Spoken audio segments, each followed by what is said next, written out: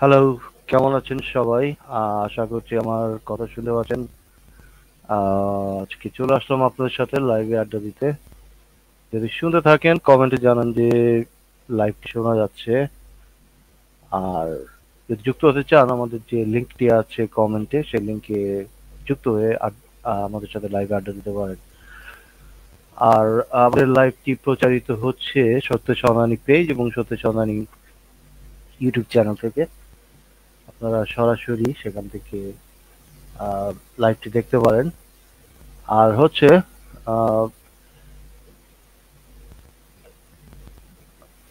আর যদি এই মুহূর্তে আমার কথা শোনা যায় কমেন্টে অবশ্যই জানাবেন।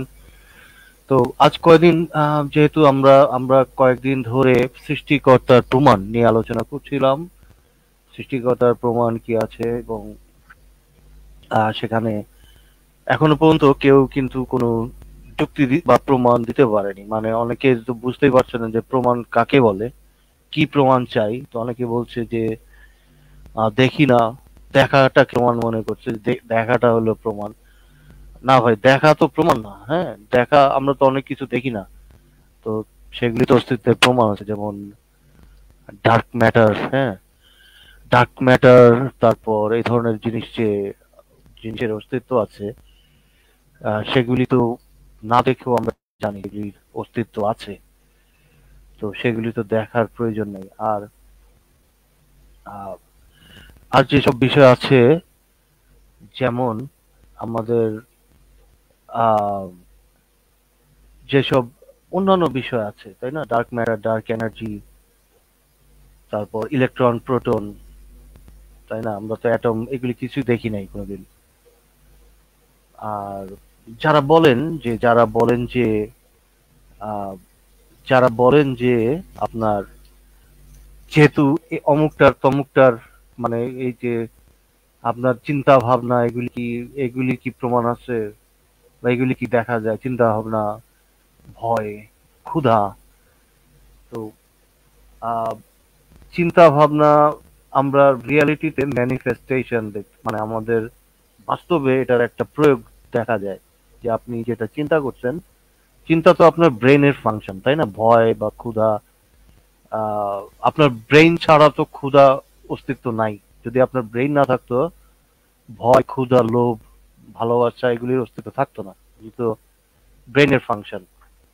তো এগুলির একটা প্রয়োগ আমরা বাস্তব জগতে দেখতে পাই, তাই না? মনে করেন যে বাস্তবে দেখা যায় যে এই যে একটা মানুষ ভয় পেলে কি করবে, একটা মানুষের ক্ষুধা পেলে কি করবে, একটা মানুষ যখন আহ, মানে একটা জ্ঞানী মানুষের একটা প্রয়োগ থাকবে, জ্ঞানের একটা প্রয়োগ থাকবে। একটা মানুষ আহ, মানে প্রতিটা জিনিসেরই প্রয়োগ বাস্তবে আছে। বাস্তব বাস্তব প্রয়োগটা আমরা কিন্তু দেখতে পাই।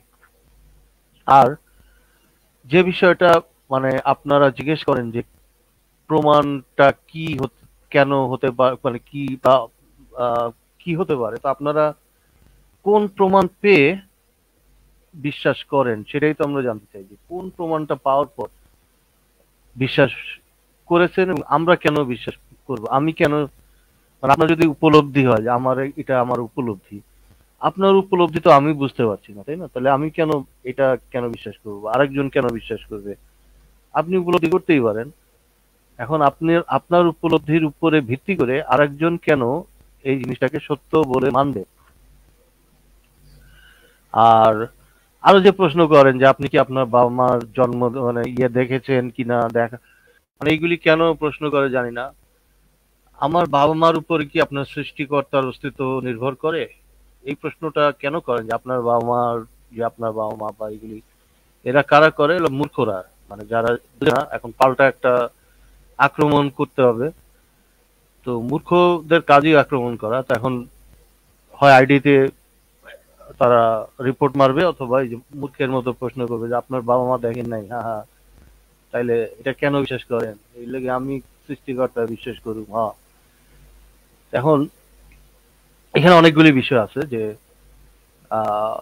বাবা মা ছাড়া সন্তান হয় না, আমরা জানি এটা আমাদের অভিজ্ঞতা থেকে। কিন্তু আপনার কি কোনো অভিজ্ঞতা আছে সৃষ্টিকর্তা ছাড়া যে মহাবিশ্ব হতে পারে না, এরকম কোনো অভিজ্ঞতা তো আপনার নাই। আর আমার বাবা মা সত্য কি সত্য না, তারপরে তো আপনার আল্লাহর সত্য অসত্য নির্ভর করে না, তাই না? আমার বাবা মা যদি সত্য নাও হয়, তবুও আপনাকে প্রমাণ করতে হবে আপনার আল্লাহ সত্য, কারণ এটা আপনার দাবি। আমি তো আমার আহ, বাবা মা সত্য কিনা সেটা তো আমার প্রপোজিশনের মধ্যে নাই। তাহলে ওই জিনিসটাকে, আচ্ছা হুজুরে পাক আসছেন, কেমন আছেন হুজুরে পাক? হ্যাঁ ভাই, ভালো আছি। আচ্ছা, হুজুরের গতকালকে লাইভ হঠাৎ করে চালু হয়েছিল কেমনে মুক্ত বিহঙ্গের চোদ্দ না, ওইটা সেকেন্ডের ওই যে মতো? আমাদের পেজে কালকে সমস্যা হয়েছিল, যে কালকে আমাদের পেজে ওই স্ট্রাইক মারছিল। স্ট্রাইক মারার পরে এখন ওই যে মুক্ত বিহঙ্গ পেজে লাইভ বন্ধ হয়ে গেল। ওই পেজে লাইভ ও, বন্ধ হয়ে গেছে। কালকে ওই রিপোর্ট মারছে মুভমেন্টটা, ওই যে হ্যাকার গোষ্ঠী, ওরা রিপোর্ট মারা শুরু করেছে আমাদের এই যে সমস্ত পেজে, সবার পেজে। সেই কারণে আপনার ওইটা তো বন্ধ মুক্ত হয়ে গেছিল বিহঙ্গ কি পরে। এখন ঠিক আছে নাকি মানে পরে গেছে? হ্যাঁ, হ্যাঁ, এখন ঠিক আছে। পরে অ্যাপ্লিকেশন দিয়ে ওইটা করা হয়েছে। আমাদের মধ্যে কেউ হ্যাকার নাই আর কি, মানে দর্শক শ্রোতাদের মধ্যে কেউ হ্যাকার থাকলে একটু যোগাযোগ করতে পারেন। হ্যাকিংটা ওইটাতে আসলে আমিও পারি না আর কি, মানে আমারও ব্যাকগ্রাউন্ড কম্পিউটার সায়েন্সে, বাট হ্যাকিংটা আমি মানে একদমই পারি না। মানে ডিসঅনেস্টি তো আমরা তো শিখি না, তো সমস্যা হয়েছে, তো ডিসঅনেস্টি তো আমরা করি না। এরা তো, এদের কাজটা হচ্ছে যে ভিন্ন মতাদর্শ, অ্যারোডক্সা ফোবিয়া যেটাকে বলে। হ্যাকিং এর কনসেপ্ট আমার পুরো ক্লিয়ার যে কি কিভাবে এরা হ্যাক করে, কিন্তু আমি এটা ইমপ্লিমেন্টেশনটা আবার পারি না। না, আমি যেটা বলতেছিলাম, এই যে ভিন্ন মত দমন বা ভিন্ন মত ভীতি, এটার কারণ হচ্ছে কি যে এদের যে মতবাদ এরা লালন করে, এটা অত্যন্ত ভঙ্গুর। হ্যাঁ, সেটাকে ঠেকানোর জন্য এরা হত্যার পথ বেছে নেয়। এরকম বিভিন্ন অসৎ যে পথগুলো আছে, লুটতরাজের পথ বেছে নেয়, ধর্ষণের পথ বেছে নেয়, তারপরে সামাজিক বিশৃঙ্খলার পথ বেছে নেয়। এইটা বেছে নিয়ে এরা এই যে নৈরাজ্য সৃষ্টি করে, ত্রাস সৃষ্টি করে, যেটা আপনার ওই যে ফাসিজম, যে তুমি ত্রাস সৃষ্টি করো তাহলে কি হবে, মানে তোমাকে ভয় পেয়ে এরা চুপ থাকবে। এটাই হচ্ছে এদের যে মানে যে মূল যে কনসেপ্ট, সেটা এরা ফলো করে। এই যেহেতু এদের এই যে মতবাদটা হচ্ছে একেবারে ভঙ্গুর, মানে একটা পলকা বাতাসে, মানে যুক্তিতে তো এটা টিকতে পারে না। অ্যাজ এ রেজাল্ট এরা এইগুলা করে, এইগুলা করে মানে দমন করার চেষ্টা করে। তারপরে দেখেন যে আপনারা মানে আপনারা প্রকাশ্যেও এই মতবাদের বিরুদ্ধে কথা বলতে পারবেন না। তাদেরকে নিয়ে তাদের সমালোচনা করতে পারে না। তো যে মনে করেন যে জাতি এই যে সমালোচনা সহ্য করতে পারে না, যে মতবাদ সমালোচনা সহ্য করতে পারে না, তাইলে সেটা কত ভঙ্গুর। এরা মনে আচ্ছা, করে যে একটা মিনিট সমালোচনা হুজুর, যদি একটা মিনিট একটু, মানে লিখছেন মনে একজন জ্ঞান বিজ্ঞানের সন্ধানে, লিঙ্কটা আসলে পোস্টের উপরেই দেওয়া আছে, মানে একদম পোস্টার একদম, যেখানে আর কি সত্যের সন্ধানী লাইভ লেখা আছে না, ঠিক ওটার নিচে আর কি দেওয়া, মানে কমেন্টে দেওয়া না, একদম উপরে দেওয়া, মেইন ইন্টারফেসে দেওয়া। আচ্ছা, এবার হুজুর বলতে থাকেন।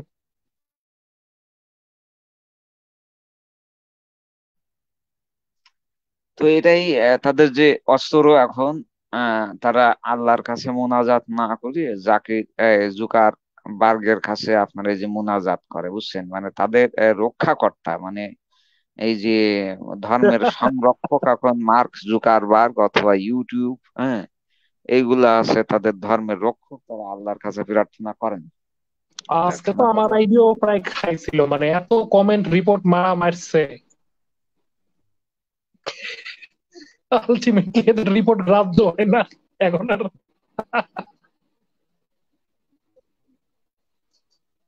আমার কমেন্টে বুঝছেন হুজুর, খালি হ্যারাসমেন্টেরই মারে। শালা তোরা যে কত হ্যারাস করিস!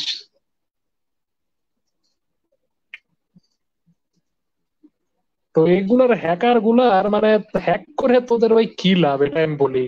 হ্যাক আজকে করবি, 2 সপ্তাহের মধ্যে চ্যানেল আবার খুলে আবার আসবো, হ্যাক করেও কোনো লাভ নাই। লিটারালি কোনো লাভ নাই, কি বলেন হুজুর? এক করে কি থামাইতে পারবে আমাদের? হুজুর শুনতেছেন? হ্যাঁ শুনতেছি ভাই, ওই যে লিঙ্ক সত্যের ভাই ছাড়া দিতে পারবো না তো, আপনাদের কাছে তো এই না, স্ট্রিম লিঙ্ক ইয়ার্ডের তো অথরিটি পোস্টেই নাই। দেওয়া হ্যাঁ, আছে, স্ট্রিমিয়ারের লিঙ্কটা তো পোস্টে দেওয়া আছে, কিন্তু আমরা অ্যাড করতে পারবো না কাউকে। না অ্যাড করতে পারবো না, অ্যাডও করতে ব্যাক পারবো পেজে না, কাউকে আপনার আউট এসে বসে করতে থাকতে পারবো না। হবে। বলছি অ্যাডও করতে পারবো না, কাউকে আউট করতে পারবো না। আমরা যেটা পারবো নিজেরা আউট হয়ে যেতে পারবো। লিঙ্কটা তো ভাই পোস্টে দেওয়া আছে, পোস্টটা তো স্ক্রলও করা লাগবে না আপনার, একদম পোস্টের উপরেই দেওয়া লিঙ্ক। এখন আপনারা যদি আসেন ব্যাক স্টেজে বসে থাকতে হবে, কারণ পোস্ট নাই তো এখানে, আমাদের তো এক্সেস নাই আপনাদেরকে ঢুকানোর বা কাউকে বের করা, মিউট করার। সত্যের ভাই এতক্ষণ টাইম লাগাইতেছে কেন? মানে ডিভাইসে কি চরম সমস্যা নাকি?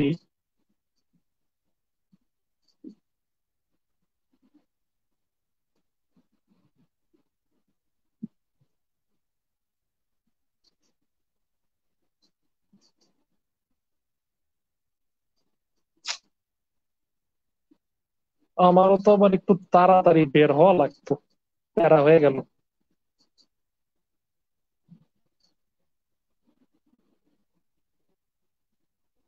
উনি ছাড়া এখন হকিং ঠকিং কি আসলে চলে? হকিং বা কসমিক এদের কাছে থাকার কথা। আল্লাহর গজব পড়ছে, হ্যাঁ, ভালো লিখছে।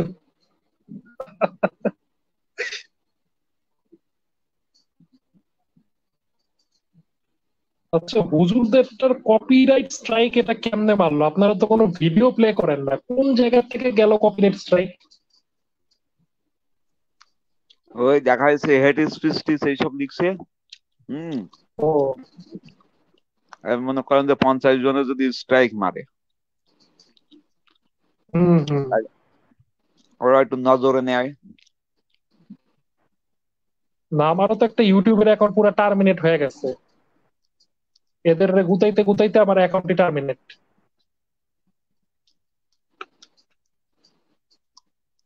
যদিও ওইটাতে কোনো মানে মনিটাইজ পেজ ছিল না, মানে মনিটাইজ চ্যানেল ছিল না, খালি কমেন্টই করতাম, কমেন্ট করে করে শত সাবস্ক্রাইবার হয়ে গেছিল। তো পরে ওটা টার্মিনেট করে ফেলাইছে, এত রিপোর্ট খাইছে। ওই হেড স্পিচ, হ্যারাসমেন্ট, বুলিং, এরাই পারে খালি।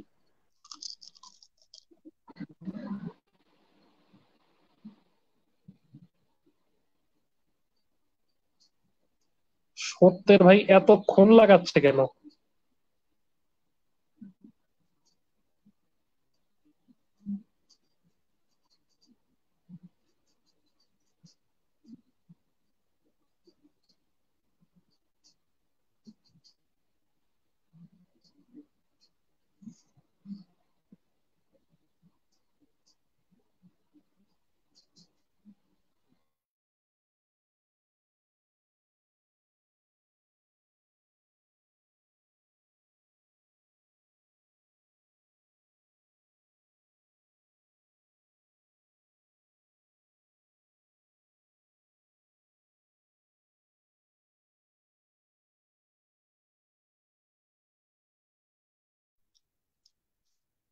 সত্তর ভাই বোধহয় আসতে ওনার ওই কম্পিউটার রিস্টার্ট দিতে ঝামেলা হইতেছে সম্ভবত। তো আপনারা বোধহয় রিসেন্টলি দেখছেন যে ইরানে 22 বছরের একটা তরতাজা মেয়েকে হিজাব না আপনার পরার কারণে মেরে ফেলা হয়েছে। হম যে আপনার এই যে হিজাব পরে নাই, মানে হিজাব ঠিকঠাক মতো পরে নাই, হয়তো চুল টুল দেখা গেছে।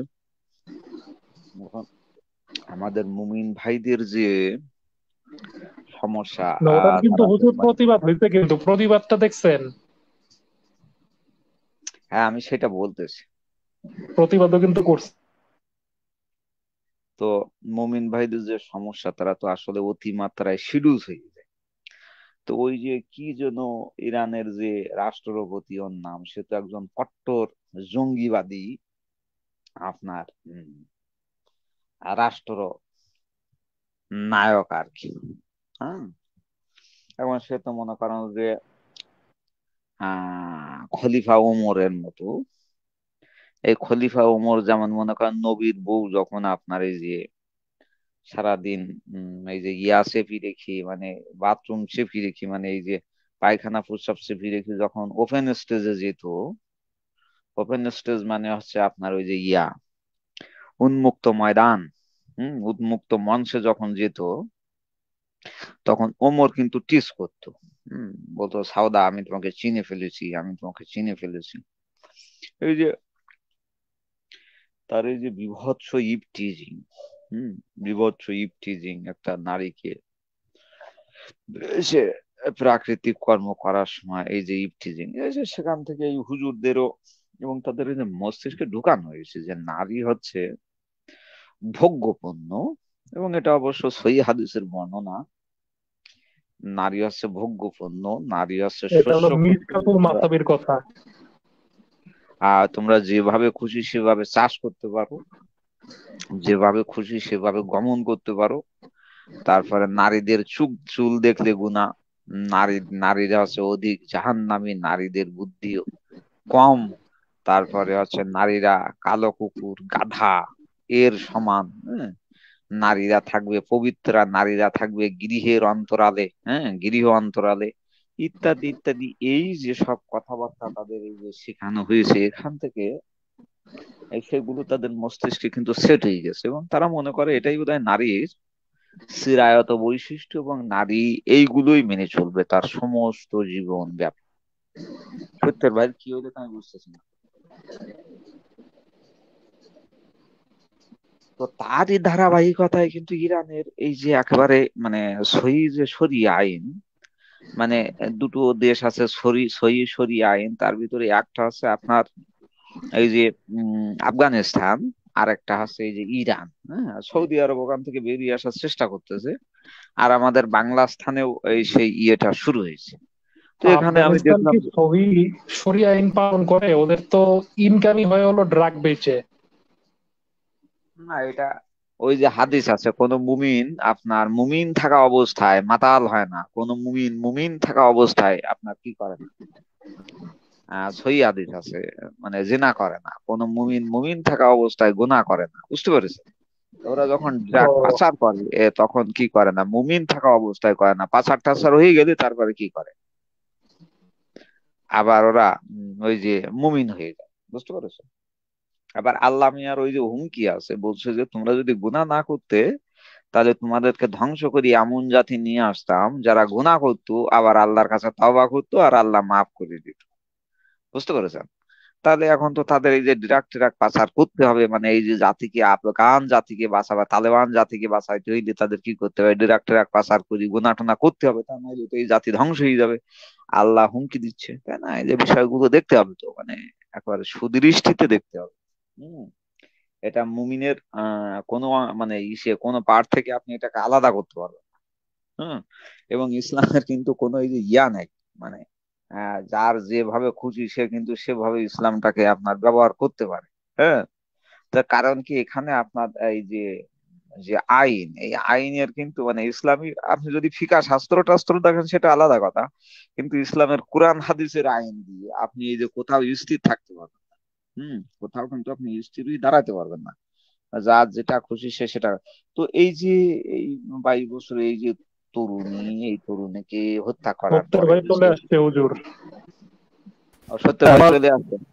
হ্যাঁ, সত্যের ভাই হ্যাঁ, বলেন তাইলে, আমরা তাইলে স্টপ। না আমার না না বলেন, আপনারা শেষ করেন। আমার এই যে স্ট্রিমিয়ার্ড ছিল, কম্পিউটার রিস্টার্ট করছি, এখন ঠিক হয়ে গেছে। তো এটা মনে হচ্ছে যে মানে এবারে আবার কথা কাটতেছে। ও আচ্ছা, মানে সমস্যা লেগে আছে তো কোনো মানে আপনার কারণে, এটা ওয়াইফাই প্রবলেম নাকি? মেবি ওয়াইফাই প্রবলেম হতে পারে। যাক, আপনারা আলোচনাটা করেন, আমি শুনি তাহলে। হুজুর যেখানে ছিলেন। তো যে কথা বলতেছিলাম, তো এই এই এই মানে মেয়েটার প্রতিবাদে অনেকেই আমি দেখলাম যে হিজাব বোরখা এটা পোড়াই ফেলাইছে, খুলে ফেলেছে। এটা গুটি কয়েক আপনার এই যে মেয়েরা, এখন এদের উপরে না জানি আবার কোন রকমের অত্যাচার, নিপীড়ন, উৎপীড়ন, আম, এটা নেমে আসে, এই জিনিসটা আসলে বোঝা যাচ্ছে না। কারণ কি এইসব রাষ্ট্রগুলো যে নিউজ এইগুলো কিন্তু মানে রেয়ারলি আপনার বাইরে আসে। হুম। মানে এদের উপরে যে পরিমাণ অত্যাচার হয়, যেখানে আপনার এই যে ফ্রিডম অফ স্পিচ নাই, বাক স্বাধীনতা নাই, সংবাদপত্রের স্বাধীনতা নাই, সেই দেশের মানুষগুলো আপনার শিয়াল শকুন এদের মতো মানে এই যে জীবন যাপন করে। কারণ কি, আপনি যখন আপনার এই যে ইসের প্রতিবাদটা আপনি ঠিক মতো করতে পারেন না, আপনার এই যে দুঃখ কষ্টের কথাও আপনি যেমন বলতে পারেন না, যেমন জিজিয়ার যে বিধান আছে, জিজিয়ার বিধানে আপনার এই যে যারা জিজিয়া দেবে তারা কিন্তু তাদের এই যে কেউ যদি মারাও যায় তাহলে জোর জোর করে কাঁদতে পারবে না। বুঝতে পেরেছেন? তো এই যে শরিয়া রাষ্ট্রেও কিন্তু এইরকমই, মানে কেউ কারোর মতামত প্রকাশ করতে পারবে না। বুঝতে পেরেছেন? তো এদের উপরে আবার না জানি কি হয়। ও আবার আরেকটা জিনিস দেখেন যে এই যে ইরান বা আফগানিস্তানের মতো আমাদের প্রিয় মাতৃভূমি বাংলা স্থানেও কিন্তু ঢাকা এই যে আলিয়া মাদ্রাসা বলা যায়, ঢাকা মানে বাংলাদেশের সবচেয়ে বড় মাদ্রাসা আছে ঢাকা আলিয়া মাদ্রাসা, যেটা আগে আমরা ঢাকা বা প্রাচ্যের অক্সফোর্ড বলতাম, সেটা কিন্তু এখন ঢাকা আলিয়া মাদ্রাসা হয়ে গেছে। এই আলিয়া মাদ্রাসায় এখানের শিক্ষক গুলো কিন্তু আপনার এই যে যদি আপনার আমরা যদি ধরি যে সেকুলার শিক্ষায় শিক্ষিত, কিন্তু মন হচ্ছে মানে মাদ্রাসা মনে এই যে শিক্ষক। হুম। এবং এখানকার ছাত্ররাও কিন্তু ওভাবে করে ভর্তি হচ্ছে। আজকে আমি পত্রিকায় দেখলাম, আপনারা দেখছেন কি আমি জানি না, যে সেখানে আপনার এই যে হিজাব এটা একটা মানে বাধ্যতামূলক পোশাক হিসেবে তারা বোধহয় দাবি করছে। হ্যাঁ, যে এটা এটা পড়তে দিতে হবে। ওই যে একটা মেয়ে এসে হিজাব বোরখা পরিয়ে আপনার যে ভাইবা দিতে গেছে, এখন বলেন তো দেখি, ওর ভিতরে ওর মা গেছে না ওর সিনিয়র আপা গেছে না অন্য কেউ গেছে, সেইটা ভাই আইডেন্টিফাই কেমনে করবে? ওর ভিতরে তো আইএস জঙ্গিও থাকতে পারে, তাই না? এই যে আপনার হিজাব বোরখা, আমরা তো দেখি এই যে হিজাব বোরখা পরি পুরুষরাও ভাই ঢুকে, তাদের কাছে ইয়াবা পাওয়া যায়, গাঁজা পাওয়া যায়, তারপর হিরোইন পাওয়া যায়, তারপর আইস পাওয়া যায়, এই যে নানা রকমের এই যে তো হুজুরের এরা প্রসঙ্গে এই যে একটু অ্যাড করি, আমি যেহেতু দুনিয়ার আনুমানিক 24টার মতন দেশ ঘুরছি, প্লাস নিজেও দেশের বাইরে থাকি, তো বাইরের দেশে এয়ারপোর্টে দেখবেন যে হিজাব যদি চেহারাটা খোলা থাকে তাইলে ঠিক আছে, যদি আপাত মস্তক ওই যে কালো বস্তাবন্দি হয়, ওরে কিন্তু ন্যাংটা করে সার্চ করবে আর কি। মানে পুলিশ বাধ্য ওরে ন্যাংটা করে সার্চ করতে, কারণ কোনটার মধ্যে কি যাইতেছে কি নিয়ে যাইতেছে এইটা তো মানে বোঝা সম্ভব না, আপাত দৃষ্টিতে মোটেও সম্ভব না। একদম সোজা কথাই। তো এরা যখন আবার ধরেন এনআইডির ছবি তুলতে যায়, মানে ন্যাশনাল আইডি যেটা, তারপরে পাসপোর্টের ছবি তুলতে যায়, তখন কি এই আপাত মস্তক ঢাইকা তুলতে পারে? মানে চেহারাটা তো খোলা লাগবেই তার। তো এই পোশাকটা তো আসলে মানে বর্তমানে যে জগৎটা, যে রিয়ালিটিটা, বাস্তবতাটা, এটার সাথে পুরোপুরি সাংঘর্ষিক, চরম ভাবে সাংঘর্ষিক এই পোশাকটা। আর এই বোরখার যে মানে আপাত মস্তক ঢাকার যে এই মানে ট্র্যাডিশনটা চলে আসছে, এটা মানে এদের মানে এদের মেল সাইডের মন মানসিকতাটা পুরোপুরি দেয়, মানে নারীর মুখকেও পুরো যৌনাঙ্গের পর্যায়ে নিয়ে গেছে। আচ্ছা, আপনি এবার বলতে থাকেন।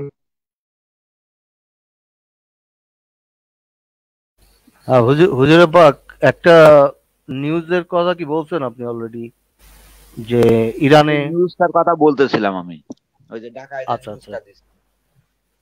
ঢাকার একটা যে মেয়েকে হিজাব না পরার জন্য মেরে ফেলছে, সেটা আহ, আপনার পুলিশে যে মেরে ফেললো, হ্যাঁ, সেই নিউজটাও তো বলা উচিত আমার হয় যে না সেটা বলছি এটা। আমি। আচ্ছা, আচ্ছা সত্যি আচ্ছা ভাই যুক্ত হবার লিঙ্ক চাইতেছে অনেকে, লিঙ্কটা তো আচ্ছা, লিঙ্ক, পোস্টেই আছে। হ্যাঁ, এটা আপনার ডিসক্রিপশনেও আছে, কমেন্টেও আছে। তারপর আমি আবার আপনি কমেন্টে পেয়ে যাবেন, আমি লিংক আবার দিয়ে দিচ্ছি। ঠিক আছে। আবার দিয়ে দেন, একজন যুক্ত হওয়ার চেষ্টা করতেছেন। হ্যাঁ, দিয়ে দিচ্ছি আমি।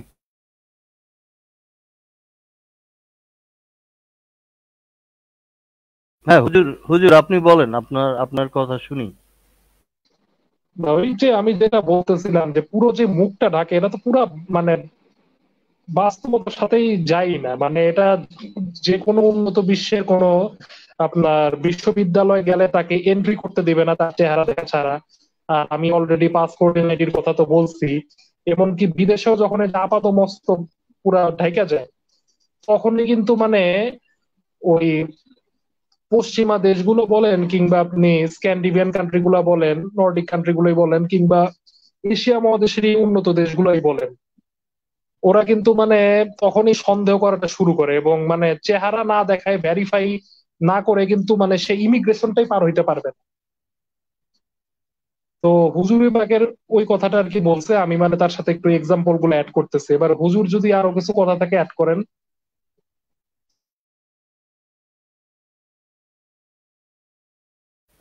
রাইট। আর হুজুর যে কথাটা বলতেছিল আর কি, হুজুর কি মিউটে আছেন মনে হচ্ছে? হুজুর যেটা বলতেছিল যে ভাইবা বোর্ডে আসছে ভাইবা পরীক্ষা দিতে, পুরা চেহারা ঢাকা, তারপর তাকে যখন নেকআপ খুলতে বলছে সে রাজি হয় নাই, অস্বীকার করছে। তো এখানে তো একটা একটা রেড ফ্ল্যাগ। আমার মনে হচ্ছে যে এখানে নিশ্চয়ই একটা ভেজাল ছিল, নাহলে সে খুলবে না কেন, তাই না? সে অবশ্যই তার আইডেন্টিফিকেশন, কেউ যদি বলে যে এর মধ্যে কে আছে, হ্যাঁ, সে তো দেখাইতে বাধ্য যে এখানে কি, কে কে এখানে পরীক্ষা দিতে আসছে। তো সে কেন দেখাইলো না, এটা তো একটা সন্দেহজনক গতিবিধি আমার মনে হয়। কি কারণে ইভেন সে। আপনি যদি ভাইবা বোর্ড বাদও দেন, অনলাইন যে সেমিস্টার গুলো যে হয়েছে এক একটা ইউনিটে, আমি যত দূর জানি যে তাদেরকে কিন্তু প্রক্টরড এক্সাম নেওয়া হয়েছে, and they need to keep their cameras on, and তাদের ফেসটা যাতে বোঝা যায় এরকম ভাবে থাকতে বলছে। রাইট, আই হ্যাঁ। Think I am not wrong. Hmm, ঠিক বলছেন তো তাদের। এখানে মেকআপ করে আসলে আপনাকে সন্দেহ করবে, করতে বাধ্য টিচার, কোনো উপায় নেই। রাইট। এখন যদি এরকম অবস্থা থাকতো যে তার চেহারা বোঝা যাচ্ছে, হ্যাঁ, আপনি যেটা বললেন যে তার হয়তো চুল টুল ঢেকে আসছে কিন্তু আপনার চেহারাটা বোঝা যায়, ওই অবস্থায় তো ঠিক আছে, অ্যালাউ করতে পারে। কিন্তু কিন্তু যদি এরকম সম্পূর্ণ ঢাকা থাকে তখন ওইখানে কে আসছে, হ্যাঁ, ওই জায়গায় আপনার কি ছাত্রী আসছে না ছাত্রীর মা আসছে, বোঝার উপায় নেই। প্লাস আপনার এই যে ওইখানে তো সন্ত্রাসী অনেক কিছু আমরা দেখছি, যে ইয়াবা পাচার হয়, আপনার বন্দুক নিয়ে আসে। তো এইসব এখন এইরকম পোশাকের মধ্যে, এটা তো একটা সিকিউরিটি ইস্যু, তাই না? শুধু যে ধর্মীয় ইস্যু তা না, এটা তো একটা সিকিউরিটি ইস্যু যে আমরা এরকম অবস্থায় যদি মানুষ ঘোরাঘুরি করে, যে কলিমুদ্দিনের নামে 10টা খুনের মামলা আছে, এখন কলিমুদ্দিন যদি বোরকা পরে ঘুরে বেড়ায়, হ্যাঁ, কে কে বুঝবে যে এটা কলিমুদ্দিন বোরকা পরে ঘুরতেছে, তার 10টা খুনের ওয়ারেন্ট তার নামে, পুলিশ তারে খুঁজে পাইতেছে না, অথচ সে দিব্যি বোরকা পরে সব জায়গায় ঘুরতেছে, এমনকি ট্যাক্সও কালেক্ট করতেছে। বোরকার ভিতরে সে বন্দুকও রাখে, গাঞ্জা মদ সবই বিক্রি করতেছে। তো এই অবস্থায় কিভাবে আপনি বুঝবেন যে এটা কলিমুদ্দিন নাকি একটা মেয়ে ওইখানে আছে? এখন যদি বোরখার স্বাধীনতা, মানে স্বাধীনতা ঠিক আছে, তোমার ইচ্ছা হয়েছে তুমি পড়বা, কিন্তু এটা মানুষের সিকিউরিটিকে যদি হ্যাম্পার করে, যে যে কারণে এয়ারপোর্ট সিকিউরিটি এখন এত কড়া, যে যখন দেখে যে এই বোরকা হিজাব পরে আসছে তখনই কিন্তু সম্পূর্ণ সার্চ করে। আর আপনি আপনি যখন লাইসেন্সের জন্য যান, লাইসেন্স বা পাসপোর্টের জন্য যান, আপনারা কি যে ওই অবস্থায় ছবি তুলতে দেয়, তখন কিন্তু টুপিও পরতে দেন। আমি যখন ইয়ে করছিলাম, এই ভোটার আইডি কার্ড করতে গেছিলাম, আমার চশমাও খুলতে হয়েছিল, মানে টুপি, তারপর এই যে মাস্ক টাস্ক এগুলি যে পরে, হিজাব টিজাব কিচ্ছু পড়তে দেয় না, তখন আমার চশমা খুলে ছবি তুলতে হয়েছে। তো তখন তারা কিভাবে এই পাসপোর্টের ছবিতে তারা হিজাব বোরখা পুরা ছবি তুলবে? ড্রাইভার লাইসেন্সের জন্য যখন যায় তখন তো এগুলি পড়তে দিবে না, তো তখন তো খুলতেই হবে। তো এই এই অবস্থায় মানে তারা যদি অস্বীকার করে, এটা তো অ্যালাউড না বাই ল। তো তারা তো মানে মনে করে যে ইসলামের আইন হলো দেশের আইনের চেয়ে উপরে। পাস করতে যাওয়ার সময় কি করে সত্যের ভাই? হ্যাঁ, হজের সময় তো আপনার পাসপোর্ট লাগবে, হজের সময় পাসপোর্ট লাগবে, তখন তো আপনার অবশ্যই এই এই অবস্থা তো আপনার আপনার কে কে ওখানে বুঝবে না তো। এই যে এই যে ক্যাপসুলের ওই বস্তার মধ্যে যে কোনো ক্রিমিনাল নাই, সেটা বুঝবে কিভাবে? আপনার এয়ারপোর্টে তো অবশ্যই চেক করবে, পাসপোর্ট করতে গেলেও তো সবকিছু খুলেই আপনাকে ছবি তুলতে হবে। তো তখন মানে কিভাবে ইয়ে করে আসলে ভাইবা বোর্ডে গেছে, ওইখানে কে গেছে, কিভাবে বুঝবে ভাই? তো এগুলি তো, এটা তো স্বাধীনতার মধ্যে পড়ে না। হজে যাওয়ার কথা যদি না, ট্রানজিট এখন ধরেন কথা যে আপনার হইতেছে কি আরব সত্যের আমিরাতে ভাই, পড়ে, তাহলে আপনার চেহারা না এই দেখে যে পার করবে? মাদ্রাসা মোনাগুলো, এই মাদ্রাসা মোনাগুলা কেন আপনার এই যে চট্টগ্রামে যাবে হাটহাজারীতে কওমি মাদ্রাসায় তেতুল হুজুরের প্রতিষ্ঠানে, তাই না? এইগুলা কেন আলিয়া মাদ্রাসায় যায়? প্রশ্ন হচ্ছে এইখানে। আবার দেখেন যে এরা বলে যে পোশাকের স্বাধীনতা মানে কি আমার বোরখা পরার স্বাধীনতাও দিতে হবে। তার মানে দেখেন যে এরা এই যে একটা সভ্য পোশাক মানে সভ্য একটা মানে প্রতিষ্ঠানের ভিতরে এরা অসভ্য ড্রেস পরবে। আবার দেখেন তাদের অসভ্য জায়গায় এরা কিন্তু সভ্য ড্রেস পরতে দেবে না। এখন মাদ্রাসা কি অ্যালাউ করবে যে আপনার এই যে নর্মাল পোশাক পরার জন্য, আপনার শর্টস পরার জন্য, বা আপনার যদি কেউ জিন্স পরতে চায়, কেউ যদি টি শার্ট পরতে চায়, এইটা কি অ্যালাউ করবে? কেউ যদি মাথায় টুপি না দিয়ে যায়, কেউ যদি হিজাব বোরখা না পরিয়ে আপনার মাদ্রাসায় যাইতে চায়, এই সুযোগ কি তারা দিবে? দিবে না। এদের সমস্যা আছে কি যে এরা গণতান্ত্রিক ব্যবস্থার ভিতরে থেকে আপনার ডেমোক্রেটিক টুলস গুলোকে ব্যবহার করে সেইগুলোকে ধ্বংস করার পায়তারা করে এরা। কত জঘন্য মানসিকতা এদের, বুঝেছেন? আমি একটু যুক্ত করি ভাই। আপনারা আমার ভুল হইলে একটু বললেন। আমি কোরআন আর হাদিসের আলোকে কিছু প্রশ্ন করতেছি। সেটা হচ্ছে আসলে কি নারীদের ঘরের বাইরে যাওয়ার কোনো নিয়ম আছে? এই যে স্কুল কলেজ মাদ্রাসা হ্যান ত্যান আগ্রম বাগ্রম যত বগি ছুগি এখন কইতেছে এই ওইটা পড়মু না এটা পড়মু নিনজা সাজমু না বস্তায় ঢুকমু। আমার কথা ছিল গিয়ে ঘরের থেকে বের হবে কেন? ঘরের থেকে বের হওয়া তাদের কি কোনো নিয়ম আছে ইসলামের দৃষ্টিতে কোরআন আর না, হাদিসে? এখানে সহি হাদিসে আছে আপনার এই যে নারী তার স্বামীর ঘর ছাড়া আপনার এই যে কাপড় খুলতে পারবে না। মানে এই যদি মনে করেন ঢাকা বিশ্ববিদ্যালয়ে যায় তাহলে স্বামীর ঘরে যাইতে মানে ইয়ে করতে হবে, এবং ওইখানে আপনার মানে বাথরুমে যাইতে হইলে ওর ওই যে স্বামীর ঘর লাগবে, এরকম সহি হাদিস আছে। হ্যাঁ, এখন কথা তো হচ্ছে যদি এইগুলি থাকে তাহলে এরা ঘরের বাইরে কি করে? এদের সূরা বোরকা নিসার টোরকা? বোধহয় 34 না 24 নম্বর আয়াতে এখানে বলছে পতিব্রতা নারীরা আপনার এই যে গৃহাভ্যন্তরে থাকে, লজ্জাস্থানের হেফাজত করে। তাহলে এই যারা পতিব্রতা নারী এরা মানে ঘরের বাইরেই যাইতে পারবে না, অপবিত্র, এরা অপবিত্র হয়ে যাবে মানে আল্লাহর দৃষ্টিতে। এরা হচ্ছে কুলোটা, মানে কি বলা যায়, দুশ্চরিত্রা, এই টাইপের। তাহলে এখন মানে ইসলামের দৃষ্টিতে শরিয়া পুলিশ যদি এখন বাংলাদেশে দাঁড়া করানো হয় তাহলে জিজ্ঞেস করা হবে এই মহিলা যে তুমি যে হিজাব পইরা তুমি যে বোরকা পইরা যে বাইরিছ এই তোর মাহারাম কই? তুই মাহারাম মাহারাম না ছাড়া হইলে ভাই ওই যে মাহারাম না থাকলে ওই যে সারা রাস্তার লোকের ওই যে 10 ঢোক করে খাওয়াই বেড়াইতে হবে, 5 ঢোক করে, 10 ঢোক তখন নেই, 5 ঢোক করে খাওয়াই বেড়াবে বা বেড়াই আপনার মাহারাম বানাবে। ওকে ঠিক আছে তাহলে ওই রকম করে হিজাবটা তুই বানা, ওই জিনিস বাইর করে রাখিস, 5 ঢোক করে খাওয়ায় খাওয়ায় তারপরে হাঁটিস। আর তারপরে লজ্জাস্থানের যে হেফাজত করতে বলছে তাহলে ওইটা মেটাল জাতীয় কোনো কিছু ওই জায়গায় দিয়ে রাখুক যেন বাইরের কেউ আক্রমণ করতে না পারে। যাক, এখন কথা হয়েছিল গিয়ে এগুলো লোকে সাইডের কথা, মানে কাজের কথা হচ্ছিল কি এই যে এরা ঘরের থেকে বাইর হয় কিভাবে? এক, এদের বের হওয়ারই তো নিয়ম নাই। আবার এদের আবার শিক্ষা কি? এদের তো শিক্ষাই নিষিদ্ধ। ইসলামে নারীর শিক্ষা বলতে কোনো হ্যাঁ, কিছু নাই, থাকবে ঘরের ভিতরে। তো তারা তারা আবার এই কি বলে মার্কেটেই বা কেন যাবে?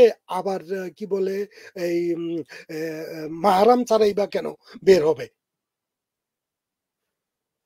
ঠিক বলছেন। ইসলামে তো নারীর নারীর হচ্ছে শুধুমাত্র যে তেতুল হুজুর যেরকম বলছিল ক্লাস 4-5 পর্যন্ত পড়ার আছে, আর হচ্ছে মানে মাহরম ছাড়া তো গায়ের মাহরম বেরোয়া হারাম, বেরোতে হবে। তা তারা তো ইউনিভার্সিটি যাওয়ার নিয়ম নাই, আহ, চাকরি বাকরিও করতে পারবে না, কোনো কিছুই করতে পারবে না।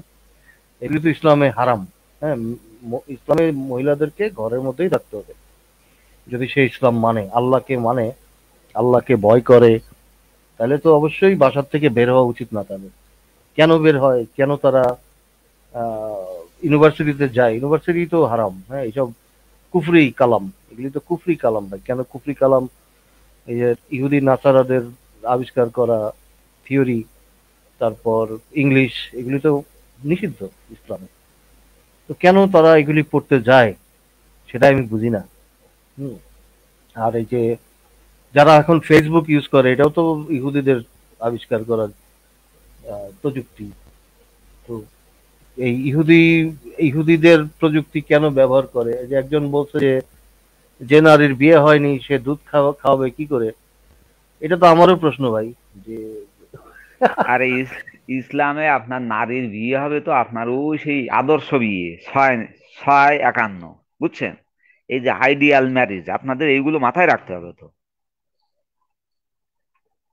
আমার কথা হচ্ছে আইডিয়া সরি, বলেন সত্যের ভাই বলেন। না বলেন, আপনি বলেন। আমার প্রশ্ন হচ্ছে হলো গিয়ে এই যে ঠিক আছে বাবা, ওকে, আমরা নাইলে কাফের, আমরা নাইলে ইহুদি, আমরা নাইলে নাসারা, হ্যান ত্যান আগ্রম বাগ্রম, যা তোমরা বলো, কোনো অসুবিধা নাই। এখন কথা হয়েছিল তোমরাও যদি ধর্মটা পালন করো তো তোমাদের সংবিধানে যেই রকম আছে সেইভাবে পালন করো, তো তোমরা আমাদের সাথে ভণ্ডামি করতেছো কেন? আমরা তোমাদের ভণ্ডামি দেখেই তো অবাক। আমরা খারাপ, ওকে, তোমাদের দৃষ্টিতে মানলাম। এখন তোমরা যেই জিনিসগুলি করতেছো তোমাদের সংবিধানের বাইরে, প্রথম হচ্ছে হলো গিয়ে এইটা যে একটা নারী ঘরের থেকে বের হওয়ার কোনো, একা বের হওয়ার কোনো নিয়ম নাই। 2 নাম্বারে হচ্ছে হলো গিয়ে নারীদের বাইরে বের হওয়ারই কোনো নিয়ম নাই।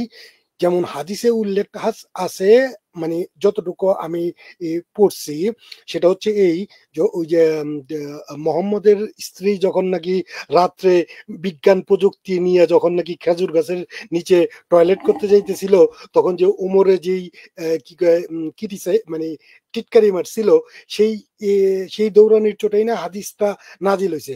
তারপরে যে মানে যে সিদ্ধান্তটা নেওয়া হয়েছে সেটা হচ্ছে ওকে ঠিক আছে, ঘর থেকে যাইতে পারবে প্রাকৃতিক ডাকের কারণে। ওকে, এখন কি তারা কি মার্কেটে কি হাগু দিতে যায়? ওই যে সাউদাকে দেখে ফেলছিল তাই না, ইয়া ওমর নাকি, ইয়া হ্যাঁ হ্যাঁ হ্যাঁ, ওমর। সাদাকে দেখে ফেলছিল, তখন সে কইছে কই যেতেছো, আমি তো তোমার দেখে ফেলাইলাম।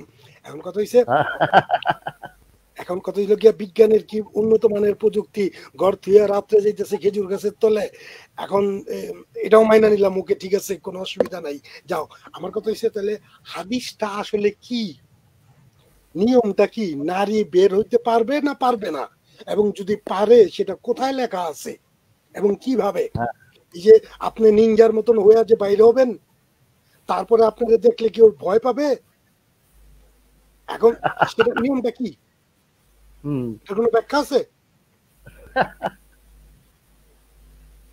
একজন কমেন্ট করছেন যে আল্লাহ সাহেব ক্ষমতাহীন, মোল্লারা তাই মহা আল্লাহ সেজে নাস্তিকদের লাইভ খেতে রিপোর্ট মারে। হ্যাঁ ঠিক বলছেন, আমার রিপোর্ট অনেকগুলি রিপোর্ট মারছে, আমার অ্যাকাউন্ট বারবার লগ আউট হয়ে যায়, আবার ইয়ে করে ঢুকতে হয়, আমার আইডেন্টিফিকেশন চাইছে আজকে, তো দেখি আমি আবার লগ ইন হয়েছে, যদি লগ আউট হয়ে যাই মানে কিছুদিন তো থাকবে এটা এভাবে, ওরা আর কি ভেরিফাই করবে, আইডিটা চেক করবে। তো যাই হোক দেখি এই আইডিটা থাকে কিনা, এখন মনে হচ্ছে যে তারা ক্রমাগত রিপোর্ট মারতে মারতে আইডিটা দুর্বল করে ফেলছে আর কি, যায় যায় অবস্থা। তো এটা আল্লাহর কোনো ক্ষমতা থাকলে মুমিনরা কেন আল্লাহর উপরে ভরসা না করে জুকারবার্গ ফেসবুকে রিপোর্ট মারে? আল্লাহর কাছে নালিশ করলেই তো হতো যে আল্লাহ তুমি ফেসবুক পেজটা ডুবাইয়া দাও বা আমার আইডিটা ডুবাইয়া দাও, দেখি আল্লাহ পারে নাকি। আল্লাহ তো সেটা করতে পারে না। হ্যাঁ, তাদের সেই জুকারবার্গের কাছে, ইহুদির কাছে গিয়া ধর্ণা দিতে হয়। তো হ্যাঁ ঠিক বলছেন যে আল্লাহর কোনো শক্তি থাকলে তো জুকারবার্গের কাছে ধর্ণা দেওয়ার প্রয়োজন ছিল না, আল্লাহই পারতো, আল্লাহ তো পারে না। আর আপনি যেটা বলছেন যে এই যে প্রযুক্তি, একটা টয়লেট সৃষ্টি করার প্রযুক্তি মোহাম্মদের ছিল না, তার বউগুলি গাছের তলায় বসে টয়লেট করতো রাত সারাদিন, তারা টয়লেটের অপেক্ষায় থাকতো যে রাত হইলে আমি যাবো টয়লেট করতে।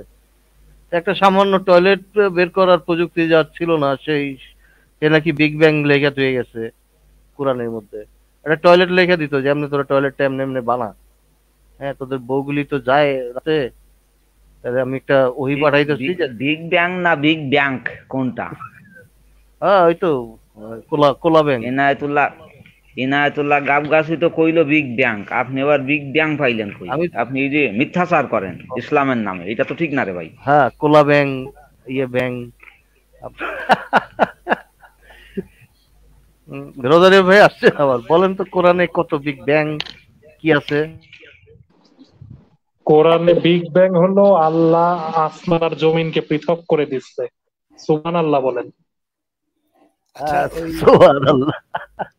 ভাই, রোজারিও ভাই, ওই কোরআনের মধ্যে কি গ্যাং ব্যাং নাই ভাই?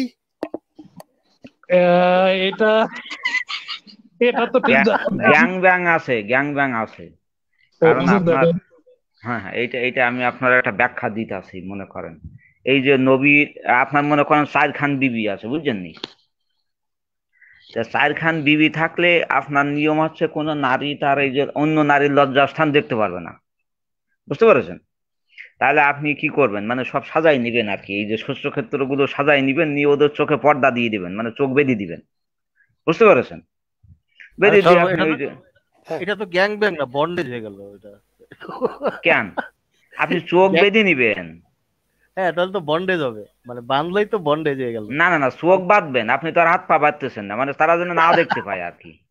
হ্যাঁ, ঠিক আছে, এবং আপনার কিন্তু এইটার কিন্তু আপনার ইসলামে সত্যের ভাই, ইসলামে কিন্তু কোনো বাধা ধরার নিয়ম নাই যে ও, আপনি এই যে এইটা করতে পারবেন না। কারণ নবী, আপনি চিন্তা করেন, নবী যখন আপনার 11 বিবির কাছে যাইতো, হ্যাঁ হ্যাঁ, মতান্তরে 9 বিবি এবং দাসী, তাই না? এখন 4 জন দাসী। যখন, হ্যাঁ, তো এই যে যখন যাইতো তখন কেমনে যাইতো? ওই এমনও হইতে পারে যে ওই যে লজ্জাস্থান দেখতে পারেন, নবী তো নিজেই মনে করেন যে কোনো আইন মানতো না, সে নিজে আইন করতো, আবার বলতো যে এটা আমার জন্য আলাদা, তাই না? আইন হ্যাঁ, সবার জন্য একরকম, আর নবীর জন্য একরকম, আমার জন্য আলাদা। হ্যাঁ। আলাদা, হ্যাঁ হ্যাঁ, ঠিক হুম। আছে। তা নবী দেখা যাচ্ছে ওই যে 11 বিবির কাছে যাইতে হলে, আপনি চিন্তা করেন তো, এক ঘরের থেকে আরেক ঘরে যাইতে হইলেও তো আপনার এই যে টাইম লাগে না? দৌড় দিত তো, একটাতে হ্যাঁ। বাইরে দৌড় দিত আর একটাতে। বাইরে মোরগের মতো দৌড় দিত, বুঝছেন? এরকম এরকম কথা বলতেছেন? হ্যাঁ, বাইরে তো দৌড়, টিক টিক টিক টিক করে আবার দৌড়, আবার টিক টিক টিক টিক করে দৌড়। আমার ইকো হচ্ছে নাকি? কি হচ্ছে? না, জ্ঞান না, শোনা বিজ্ঞান ভাই, যাচ্ছে, বলেন বলেন, শোনা যাচ্ছে। জ্ঞান বিজ্ঞান ভাই, আপনি মিউটে থাকেন, আপনার ওখান থেকে আচ্ছা, ইকো আসে। ভাই তাইলে আমি আমি আমার আমার এখানে আমার মাউথের মধ্যে মাইকের মধ্যে আপনার একটা সুইচ আছে, এটাকে আমি অফ করে দিই। আচ্ছা, তো আপনি হুজুরের কাছে একটা প্রশ্ন ছিল। দাঁড়ান দাঁড়ান, এটা শেষ করিনি। আচ্ছা, আচ্ছা, এবার করেন দেখেন করেন। যে আপনার এইটা কিন্তু আপনার কোনো বিধান নাই যে এইটা করতে পারবে না, যে চোখ বেঁধে এইটা তারা করতে পারবে না। ওইখানে বিধান হচ্ছে যে কোনো নারী অন্য নারীর মানে এই যে লজ্জাস্থান দেখতে পারবে না। তাহলে এখন যদি আপনি চোখে মনে করেন একটা পট্টি দিয়ে দিলেন, মানে চোখে একটা ইজার বেঁধে দিলেন, দিয়ে আপনি এটা কিন্তু করতে পারবেন। হ্যাঁ। এক্ষেত্রে কিন্তু কোনো নিষেধ নেই, বা আপনার এই যে ইয়া নেই।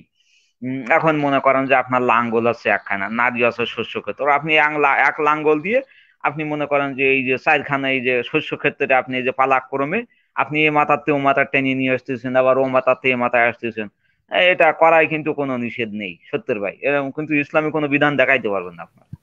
না, ঠিক যদি কেউ আছে, এই কিন্তু পদ্ধতি, হ্যাঁ হ্যাঁ, এই পদ্ধতি ঠিক আছে, কিন্তু আপনি বেহেস্তে গেলে তো অবশ্যই গ্যাং ব্যাং আছে, 72 হুরের সাথে গ্রুপ সেক্স হবে, এটা তো একদম শিওর, তাই না? 72টা হুর আপনার জন্য রেডি থাকবে, এক একজনের সাথে 70 বছর করে আপনি সহবত করবেন। হ্যাঁ, তো এগুলিতে পুরাই মানে আপনার গ্রুপ সেক্স চলবে 70টার সাথে। আল্লাহ কি ওই ডিসঅর্ডারে না, আক্রান্ত ওইটা নাকি, যে আছে, মানে গ্যাং ব্যাং ওইটা আছে দেখে আনন্দ পায়? 72,000। হ্যাঁ, আপনার জয়ীফ হাদিসে আছে 72,000 কম পক্ষে। হম। এখন জয়ীফ হাদিসও কিন্তু নিতে হবে, এর আপনি এই যে মতন সনদ আপনার এই যে দুর্বল হইতে পারে, বাট মতন দুর্বল না। আচ্ছা, মানলাম 72,000, আপনার 72,000 বছর ধরে আপনি সহবত করবেন গ্যাং ব্যাং, ওটা তো গ্যাং ব্যাংই হবে। শ্রীকৃষ্ণ কিন্তু ফেল খেয়ে গেল, 16,108, 4 দিয়ে গুণ দিলেও আসে না, সর্বনাশ। এখন প্রশ্ন হচ্ছে ভাই, যে ঠিক আছে আমরা ওই উপরের দিকে না ওইটা আমরা নিচেই থাকি, আর আমার যে অভিযোগটা, মানে আমার যে জানার ইচ্ছাটা, মানে আমি তো একটু মানে কি বলে বোকা মার্কা মুমিন, তো তো আমার জানতে ইচ্ছে করতেছে যে তাইলে যে এই যে যে নারীরা যে আমাদের দেশে, মানে বাংলাদেশের কথা বলতেছি অথবা তৃতীয় বিশ্বের কথা, যে জায়গায় ধরেন, বা মুমিনীদের কি ধরেন, বান্দিদের কি ধরেন, তারা এখন যে রাস্তায় যে বের হয়, তারা স্কুলে যে যায়, যারা বিশ্ববিদ্যালয়ে যে পড়ে, এই যে তারা যে এই বস্তার মধ্যে ঢুকে যে যায়, এখন তারা কি জানে যে তাদের যে ঘর থেকে বের হওয়ার নিষেধ আছে? একা। আর দ্বিতীয়ত, তাদের যে শিক্ষার কোনো প্রয়োজন নাই, তারা শুধুমাত্র জন্ম হইছে, মানে মানে অন্য ভাষায় বলি, শুধু পা ফাঁক করবে, প্রোডাকশন দিবে, আর আপনার কি বলে এই খাবার তৈরি করবে। আমি কি ভুল বললাম? একদম একদম উচিত সহি সেটাই বলে, বলছেন। একদম একদম সহি সহি বলেছেন। আচ্ছা, হুজুরের কাছে প্রশ্ন যেটা ছিল, এই যে তালিবানরা যে ভেড়ার সাথে যে কাম করে, তারপরে গাধার সাথে যে সহবাস করে, এগুলা কি তারা কি মানে কোনো ডকুমেন্ট মেনে করতেছে, নাকি এরকম কোনো ডকুমেন্ট নাই? এটা ডকুমেন্ট আছে, মানে এই যে আপনি দেখে যদি ফেলেন যে কেউ গাদার সাথে করতেছে, আপনি মুমিন হিসেবে সহিহ বুখারী আপনার তাওহীদ পাবলিকেশন 2442 নম্বর হাদিস। এক মুমিন যদি আর এক মুমিনের দোষ গোপন করে তাহলে আল্লাহ ওই পরিমাণ দোষ গোপন করবে। এখন মনে করেন আপনি করতেছেন, আমি মুমিন ভাই হিসেবে দেখি ফেললাম, আমি ভাই ওইটা গোপন যদি রাখি, এবং 4জন সাক্ষী লাগবে তো, পুরুষ সাক্ষী, তারা আবার ওই সুরমা শলাকা সুরমা দানির ওই যে ডিং ডং দেখবে স্বচক্ষে, বুঝতে পারছেন, তবেই আপনার এটা জেনা হিসেবে কাউন্ট হবে। তো মনে করেন আপনি আপনি একটা ছাগলের সাথে করতেছেন, হ্যাঁ, জ্ঞান ভাই একটা মিউট করেন, আপনার ইকো হয়।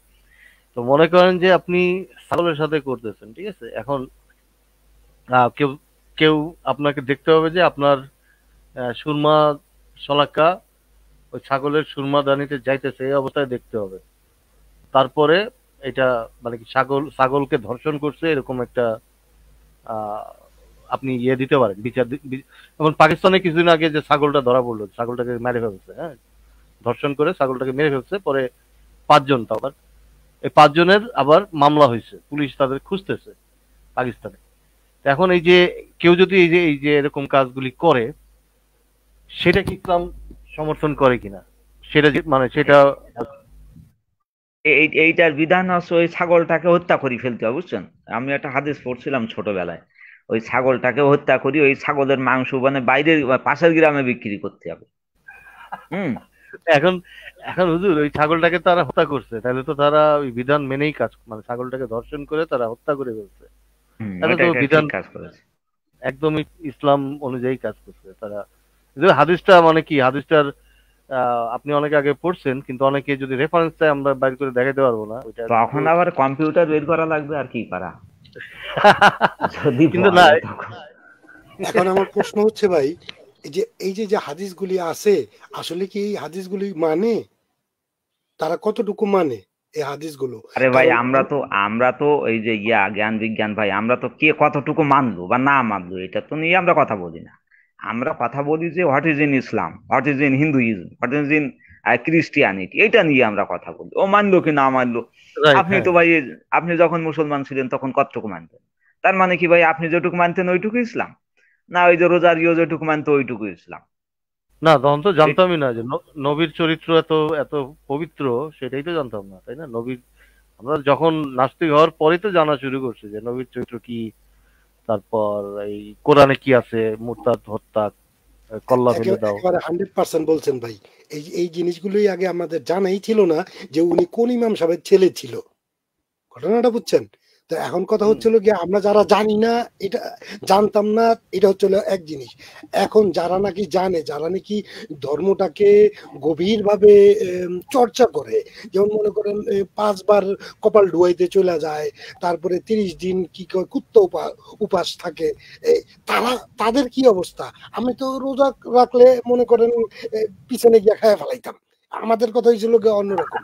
কিন্তু যারা নাকি করে তাদের কি অবস্থা, তারা কতটুকু? যেমন মনে করেন একটা হাদিসের মধ্যে যারা নাকি বিদেশে যারা থাকে, যে মুমিনরা বিদেশে থাকে, যেমন বিধর্মীদের দেশে কত 3 মাস না 4 মাসের বেশি কিন্তু থাকা নিষেধ, হাদিসে আছে, আমি ওটা পড়ছি।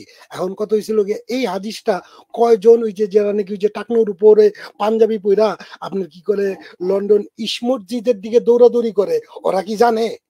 ওদের কথা জিজ্ঞেস করতেছি। লন্ডনের মসজিদে যায় নাকি ইমাম সাহেব, ওই কি জানে? এখন কথা হচ্ছে যে মুমিনদের তো এই ইহুদিদের দেশে যাওয়াই হারাম, হ্যাঁ, যদি না তারা ধর্ম প্রচারের উদ্দেশ্যে যায়। তাছাড়া কোনো ইহুদি হিন্দু এদের দেশে যাওয়া তাদের জন্য হারাম, কিন্তু তারা যাইতে পারে শুধুমাত্র ধর্ম প্রচারের ক্ষেত্রে, সেটাও আবার টাইমটা নির্দিষ্ট আছে, 3 মাস না কত আমার এক্স্যাক্টলি খেয়াল নেই, কিন্তু সম্ভবত 3 মাসের জন্য তারা যেতে পারে।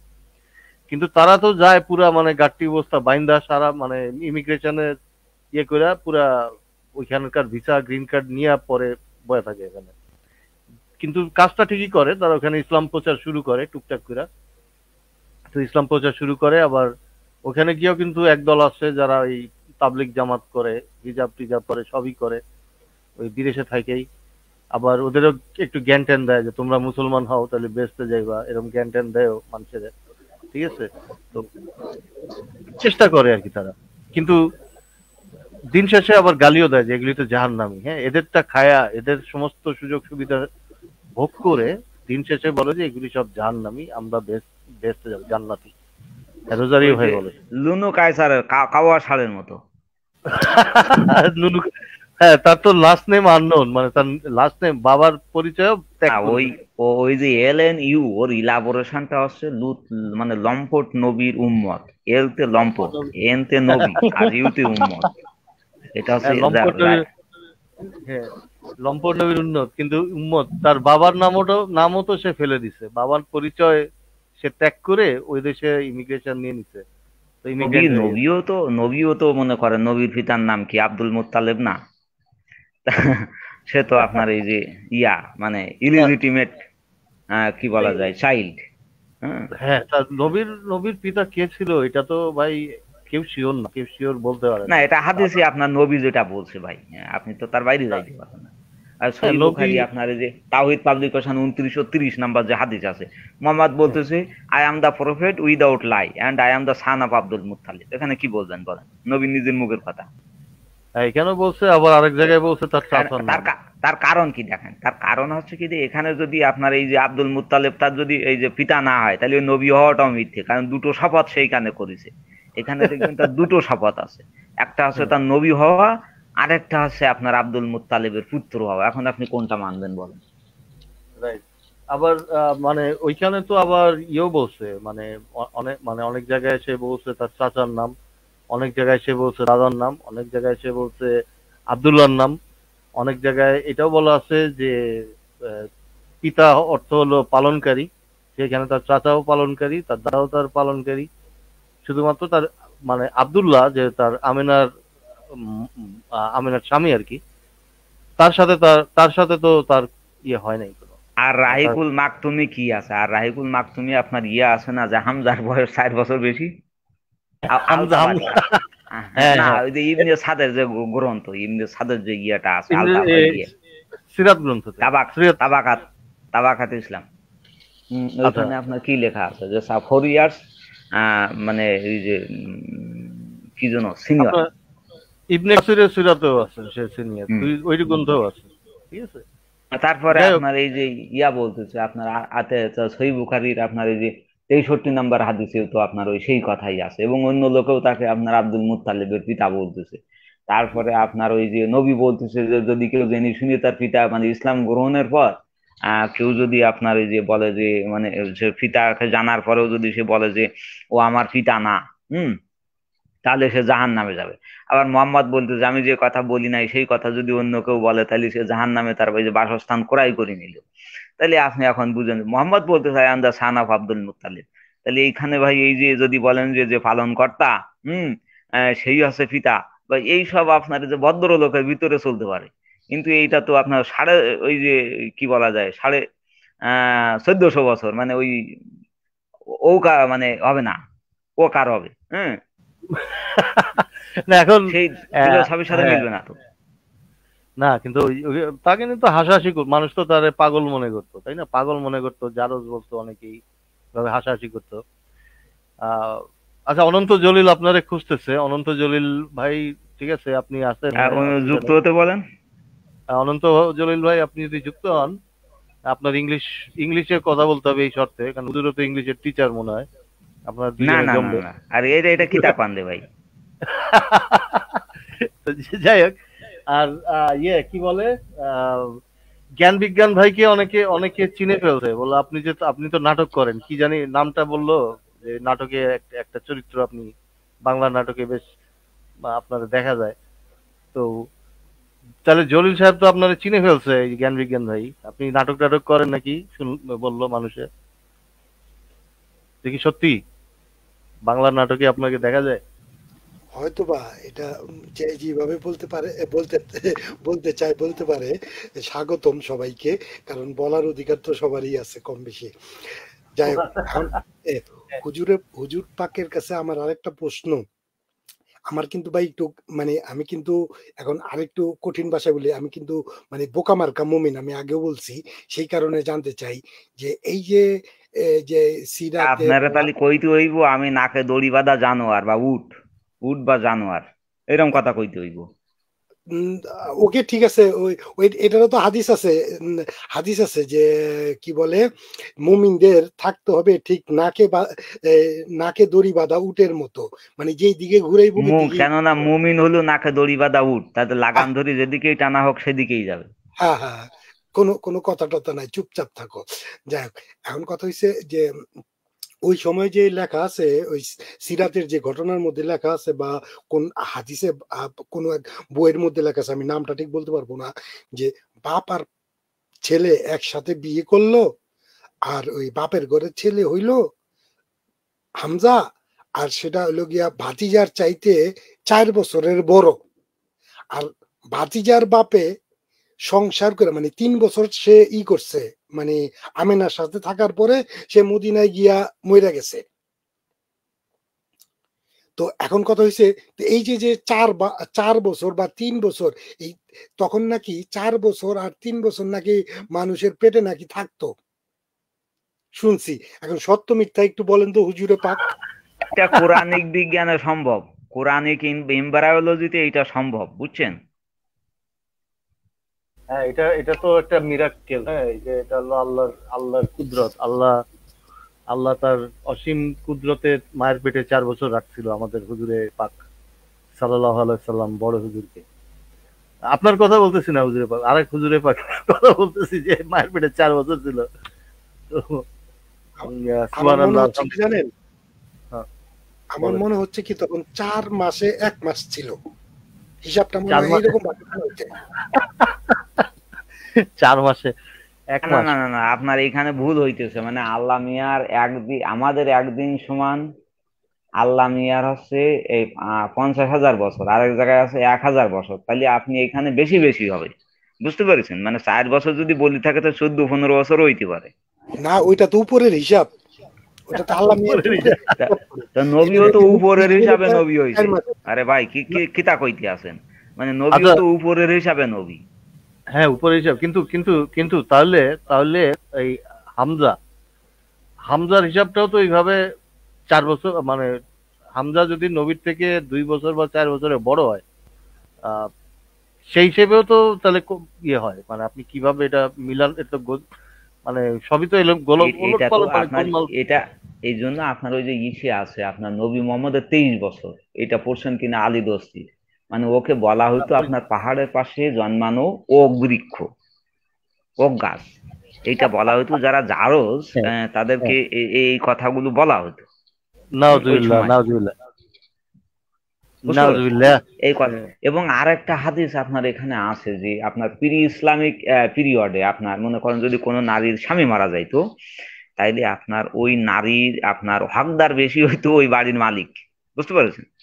সেই সূত্রে কিন্তু আব্দুল মুত্তালেব আপনার ওই আমিনার হকদার বেশি ছিল। এবং যখন আপনার নবী মোহাম্মদ জন্মগ্রহণ করে তখন ও কিন্তু আপনার যে আতুর ঘরে ঢুকে গেছিল। এখন আতুর ঘরে ঢুকে যাওয়া মানে তো বুঝতে পারছেন, মানে সদ্য একটা বাচ্চা হয়েছে, সেখানে এলোমেলো অবস্থায় সেখানে আপনার আব্দুল মুত্তালেব যাইতেছে, এবং সে আপনার এই যে আব্দুল্লাহ মরি যাওয়ার চাইতে দুঃখ পাইছিল যখন আমেনা মরি গেছে। মানে ওই যে অনেকে আছে না যারা সুদের ব্যবসা করে, এরা তো বলে যে সুদের চাইতে আসলের চাইতে সুদের পরে টান বেশি, বুঝতে পেরেছেন? এই জন্য ওই যে সাইড মারা জিনিসের পরে কিন্তু একটা মানে এই যে চাপা ইয়ে থাকে। যেমন আমি যদি আর একটা ঘটনা আপনাদের বলি, যে মানে উম্মে হানির যে ঘটনাটা, আপনার নবী মোহাম্মদ দেখেন সারা জীবন কিন্তু চেষ্টা করে গেছে আপনার উম্মে হানিরই আপনার ঘরে নেওয়ার জন্য। হ্যাঁ, এই যে তার এই যে এতগুলো বিবি থাকতো, কিন্তু উম্মে হানির সে যে প্রথম প্রেম, কিশোর ও কালেরও প্রেম। আপনার ওই যে একটা গান আছে আপনার এই যে উত্তম কুমারের সিনেমা আপনার শ্রীকান্ত রাজলক্ষ্মী, বুঝছেন? ওইখানে আপনার রাজলক্ষ্মী এই গানটা গায় যে কিশোর ও কালেরও স্মৃতি, বুঝেছেন? মানে খুব চমৎকার একটা গান, মানে শুনলে আপনার কান্না চলে আসবে। আমার তখন নবী মোহাম্মদ আর এই যে এর কথা মনে পড়ে, উম্মে হানির কথা মনে পড়ে। আমার মনে হয় যে এদের ছায়া অবলম্বনে শরৎচন্দ্র এটা লিখছে। এর যে এই যে ইয়েটা ভুলতে পারে নাই কিন্তু আপনার মোহাম্মদ। হ্যাঁ, তো এই যে উম্মে হানির ঘরে, মানে এই যে আপনার যে ছবিটা, এই যে এটাই তো উম্মে হানির ছবি, মহিলার উম্মে হানির এই যে প্রেমের স্মৃতি হিসেবে, বুঝছেন? শাহজাহান যেমন তাজমহল বানাইছিল, বুঝছেন? আর নবী মোহাম্মদ কিন্তু এই যে আপনার ডানাওয়ালা গাধা, এইটা স্মৃতি হিসেবে আছে। এটার পিঠে করে আল্লাহ আল্লাহ মিয়ার সাথে দেখা করতে গেছিল। তো সেই স্মৃতি মানে ঠাকুর হ্যাঁ, ঘরে কে এখন রে। সত্যের ভাই আপনি চিন্তা করেন যে আপনি যদি মনে করেন যে আপনার গার্লফ্রেন্ডের কাছে যে ধরা খান, মানে ওইখানে যান এবং লোকজন সকালবেলায় চলে যায়, আপনার ওইখানে, হ্যাঁ, তখন ভাই আপনার কথাবার্তা এলোমেলো হয়ে যাবে না, বুঝেন তো? না, আমার আমার তো কথা, আমার গার্লফ্রেন্ডের কাছে গেলে আমার 10 মিনিটে কাজ শেষ হয়ে যাবে, কিন্তু সে তো সারা রাত লাগাই দিছে, সকালে এসে ধরা খাইছে। এটা তো ভাই মানে গভীর প্রেম বোঝা যায়। মানে আমি এই জায়গায় একটু যোগ গভীর করতে মানে চাই। একেবারে প্রশান্ত মহাসাগরের চাইতো মানে অতল প্রেম, বুঝছেন? অতল প্রেম। হুজুর পাক, ভুল হলে সংশোধন করে দিয়েন। জিনিসটা হয়েছিল এরকম, সেই কিন্তু একা ছিল না, কিন্তু ওই ঘরে কিন্তু আরো লোকজন ছিল। কারণ এখানে হাদিসের মধ্যে লেখা আছে আমরা, কথাটা লক্ষ্য করছেন কিনা জানি না, আমরা যখন হ্যাঁ, নাকি আমরা লেখা সকালবেলা আছে। ঘুমের থেকে উইঠা ধরা খেয়ে গেছে গিয়া, তখন কিন্তু কইতেছে যে আমি এখন যাই আর সবাই কইতেছি যে আমি উপরে গেছিলাম এই জায়গার থেকে। তখন কিন্তু আবার কি বলে ও মেহানি সাথে সাথে আবার ওই কাজে দাসিরে পাঠাইছিল যে যা যায়া দেইস আবার কেউ ঘাট টাপ দিলে আমারে কইস। মানে আমরা পাই নাই, কিন্তু আমরা মানে যে এখানে আপনি গ্যাং ব্যাং এর কথা বলতেছেন না, ওই রকম কিন্তু নাই।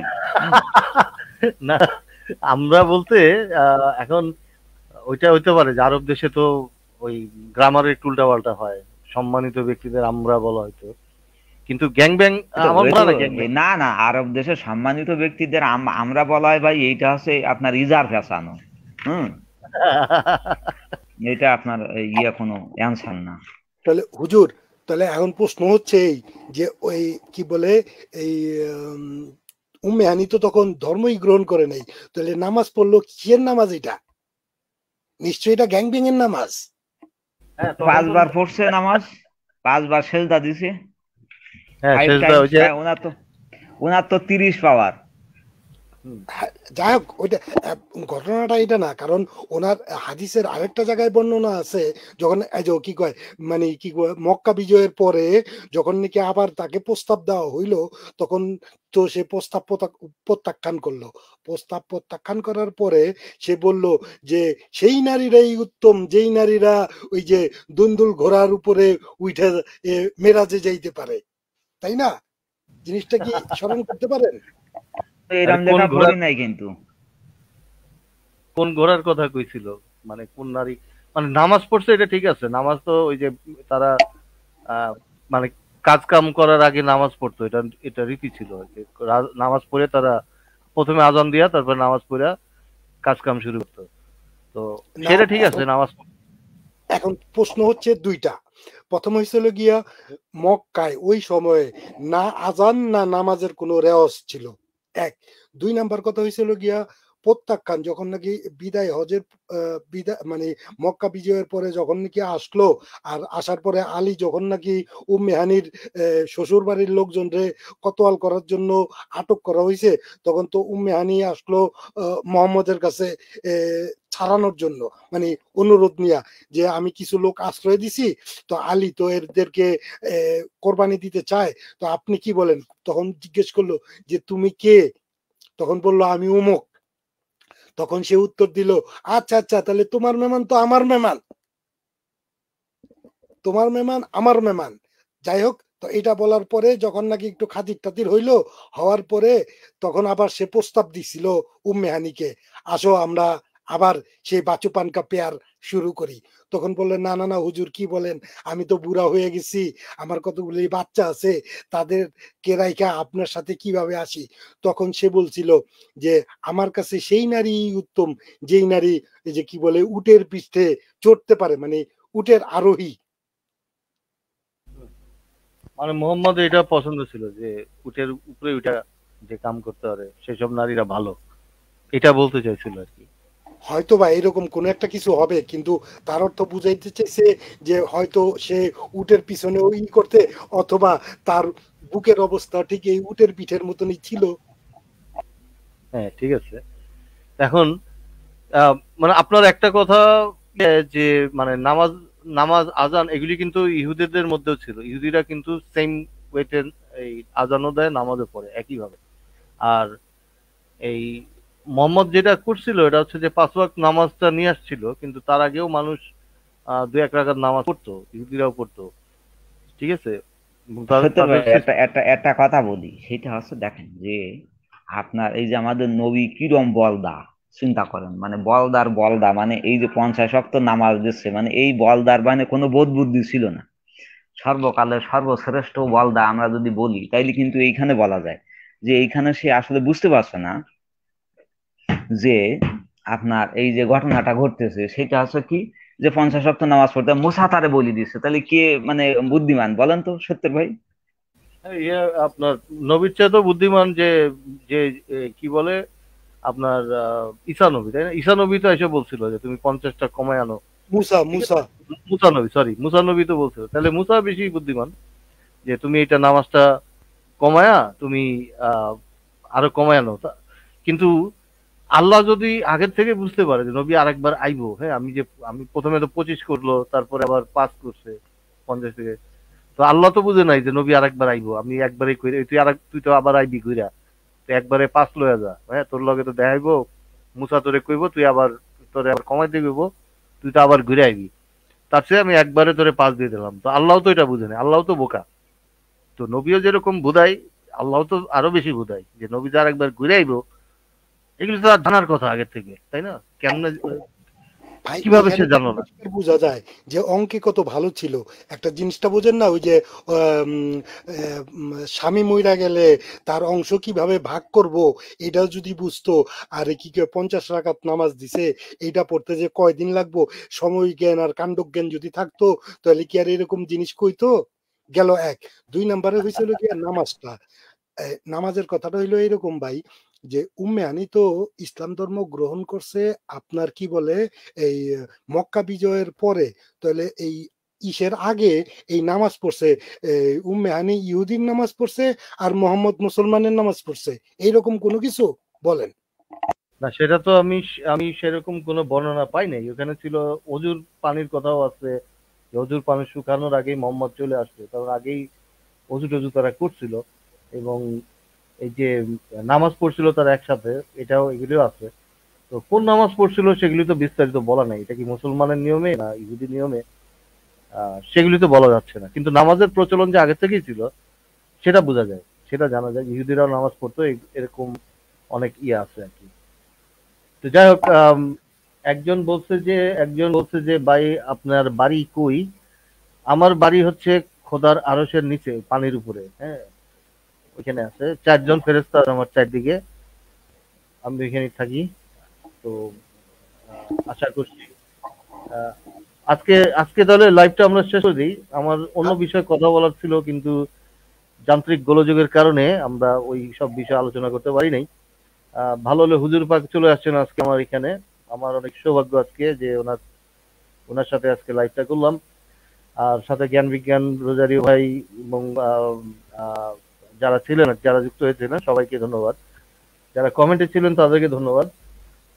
আর আশা করছি যে আগামী সপ্তাহে আবার আসবো, এবং একটা বিশেষ টপিক সিলেক্ট করা থাকবে। আর আমাদের এম কে ভাই হচ্ছে উনি চাচ্ছিলেন যে আমরা এই সেপ্টেম্বর 11 যে আক্রমণটা, টুইন টাওয়ারের উপর আক্রমণটা হয়েছিল সেপ্টেম্বর 11-এ, সেইটা নিয়ে কথা বলবেন উনি। একটা বিস্তারিত রিপোর্ট উনি পেশ করবেন, সমস্ত তথ্যবহুল ভালো ভালো তথ্য নিয়ে আসবেন, সেটা হবে। আর কমেন্টে একজন বলছেন যে উটের পিঠে প্রাণ রানীর চেরা চামড়া পাপি, আচ্ছা ভাই, বুঝলাম না আপনি কি প্রাণ ছানা, ছানাতে কেন ভাই? কি এটা কি ভাই, কেউ কি বুঝছেন এটা কি বলছেন? আম, আর একজন বলছেন যে নামাজ কি, কেন মুসলিম নামাজ কি কে? ভাই, নামাজ তো ফার্সি শব্দ, হ্যাঁ, এটার আক্ষরিক অর্থ হচ্ছে যে সত্তর ভাই, প্রার্থনা। হ্যাঁ, সত্তর ভাই, এনার আরেকটা কমেন্ট আছে দেখেন, ওই যে আপনার এর আগেরটা দেখেন, যে উনি এটা বলতেছে যে যখন আমাদের এই মিথ্যাচার, এই যে নুরুল ভাই নাকি যেন হ্যাঁ, এই বলছে, যে যখন আরেকটা আছে। আমাদের মিথ্যা না এইটা, আর যখন আমাদের এই মিথ্যাচার জানতে পারবে, তখন এই যে অমুসলিমরা আপনার এই যে ইয়া করবে, আপনার হুম, ইসলাম ধর্ম গ্রহণ করবে, তাহলে উনার একটু শেয়ার টেয়ার দিতে বলেন হ্যাঁ হ্যাঁ, সত্তর ভাই। ঠিক আছে। এটা নাকি এটা তো এই যে ওনার জন্য ভালো। হ্যাঁ, হ্যাঁ। সিরাত জানতে হলে এগুলি নাকি? উনি তো অনেক কমেন্ট করছে, যাই হোক, এত কিছু।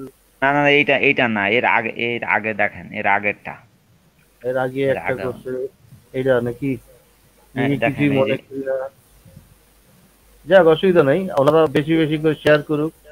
আমরা যে মিথ্যা শেয়ার বলছি, করলে যে তাহলে অমুসলিমরা আপনার মুসলমান হয়ে যাবে, সুন্দর হয়ে যাবে না? হ্যাঁ হ্যাঁ আমাদের কথাগুলো অবশ্যই। শুনি। আমাদের কথা, ইসলামের বাণী আমরা প্রচার করি, আসলে সহি ইসলাম প্রচার করি আমরা, সমস্ত রেফারেন্স সহ কোরআন হাদিস দিয়ে। এবং কেউ যদি চ্যালেঞ্জ করতে চান, হ্যাঁ, আমাদের কথা মিথ্যা প্রমাণ করার জন্য রেফারেন্স সহ আমাদের সাথে আলাপ করতে চান, অবশ্যই এসে যুক্ত হবেন। মানে কমেন্টে তো ভাই অনেক অনেক কমেন্ট থাকে, আমরা সবগুলো অ্যাড্রেস করতে পারি না আর কি, হাজার হাজার কমেন্ট থাকে, সবার কথা অ্যান্সার করা সম্ভব হয় না। সবচেয়ে ভালো হয় আপনি রেফারেন্স সহ আমাদের সাথে আলাপ করতে চলে আসবেন। আমরা কোরআন হাদিস তাফসীর যেখান থেকে বলে, ইসলামিক সোর্স, ইসলামিক আন ইসলামিক যত প্রকার সোর্স আছে সবখান থেকে আপনাদেরকে রেফারেন্স দেখাতে প্রস্তুত আছি। আমরা কোনো কথা নিজে থেকে বলি না, সব কথাই আহ, কোনো না কোনো সোর্স থেকে বলছি, রেফারেন্স সহই বলবো। তো যে যাই হোক, কথাগুলো সব আমাদের তাকদিরে লেখা আছে, আমরা তাকদির দেখি দেখি বলি। ঠিক বলেছেন। আচ্ছা, হ্যাঁ, এ, এ, হুজুরে পাক, শেষ করার আগে আমি আপনাকে একটু ছোট্ট করে আপনার কাছ থেকে একটু সহি করে নেই। সেটা হচ্ছে এই যে কি বলে, এই মেরাজের যে হাদিসটা, সেই হাদিসের মধ্যে কিন্তু মোহাম্মদ একেবারে পরিষ্কার ভাবে বলছে, দেখেছো উম্মেহানি, তোমাদের সাথে আমি এশার নামাজ পড়েছি, আবার তোমাদের সাথে আমি ফজরের নামাজ পড়লাম। এখন এই যে এশা আর ফজর, এটা এটা কারণ কিন্তু হাদিসে নাই। হ্যাঁ একটা হাদিসে আছে। না না, এটা হাদিসে নাই কিন্তু। যাক, তাহলে না, আমি আমি, পড়ি নাই। আচ্ছা, আমি আমার আমার কাছে, এইটা আছে আপনার বোধহয় এটা বোধহয় আপনার ওই যে সিরাত গ্রন্থে, সিরাত গ্রন্থে সম্ভবত, হ্যাঁ সিরাত গ্রন্থে আছে। সিরাত গ্রন্থে হয়তো বা থাকতে পারে, বা আমি দেখবো এটা সিরাত গ্রন্থ অথবা হাদিসে হয়তো। আমি এমন কথা ছিল গিয়া, তাদের ইসলামিক বইয়ের মধ্যেই তো আছে, এটা তো আপনার আর আমার কিচ্ছা না, তাই না? তো সেটাই ওই, সেটাই। হ্যাঁ, ওদের ইচ্ছা অনুযায়ী বলতেছি, যদি ওরা ওই এশার নামাজ আর ফজরের নামাজ পইরা এই মাঝখান দিয়ে সে আল্লাহর লগে ঘুরে আসলো, সেই কথা মোহাম্মদ নিজের মুখে বলল। তো এখন আমার জানার ইচ্ছা ওই যে নুরুল ভাইয়ের কাছে, যে তার মোহাম্মদে যে এটা কিসের নামাজ পড়লো উম্মে হানিরে নিয়া। উম্মে হানি একটা বেগানা মহিলা, আরেকজনের বউ পোলাপাইন লিয়া তার ঘরের মধ্যে রাত্রে নামাজ পড়লো, আবার সমাজের ফজরের নামাজ পড়লো, আর রাত্রে মাঝখান দিয়ে কি কাম করে ফেলাইলো। এটা যদি উনি একটু জানে, এই ক্লিয়ার করে দেখ, হয়তো দেখা যেতে পারে আবার মুসলমানি করে ফেলাইতে পারি। এখন এই যে উম্মিহানি বেগানা নাওরা, তো এই কথা বলতেছেন, নবী মোহাম্মদ কিন্তু রাস্তার এক পাগলি, বুঝছেন? সে পাগলিরেও কিন্তু সিফা গলিতে নিয়ে যেয়ে ঝাড়ছে, বুঝছেন? এটা এখন তো তো সহি জানতাম না হাদিস ভাই। আছে, সহি হাদিস আছে একেবারে। হ্যাঁ, না, এই মোহাম্মদের যে আপনারা যে বর্তমানে মামুনুল হককে তো চিনেন, হ্যাঁ, মামুনুল হক, উনি যে ধরা খাইলো, হ্যাঁ, এখন উনি কি বলছে, উনি হচ্ছে যে মানবিক বিবাহ করে ধরা খাইছে। এখন আমাদের নবী তো অনেক মানবিক ছিলেন, তাই না? এই পাগলি ছাগলি যাই থাকুক, মানবিকতার মধ্যে সবাইকে নিয়ে আসছে, এই এরকম মানবিক নবী আপনার কোথাও, মানে এই মানে তার মতো এই সর্বকালের শ্রেষ্ঠ মানবিক মানুষ এরমই হবে। মামুনুল যেরকম মানবিক বিবাহ করছে, সেরকম মানবিক বিবাহ উনি রাস্তাঘাটে অনেক করেছেন। তো যাই হোক, এরা এরাম বলতে পারেন যে এই যে মানবিক ইন্টারের কোর্স করা লোক। হ্যাঁ, ইন্টারকোর্স, না ইন্টার কোর্স না, ইন্টারের কোর্স। ইন্টারের কোর্স হয়ে যেত, হ্যাঁ, মানবিক ইন্টারের কোর্স উনি রাস্তাঘাটে করে ফেলতেন। তো সেরকম উনি অনেক করেছেন, পাগলি ছাগলি।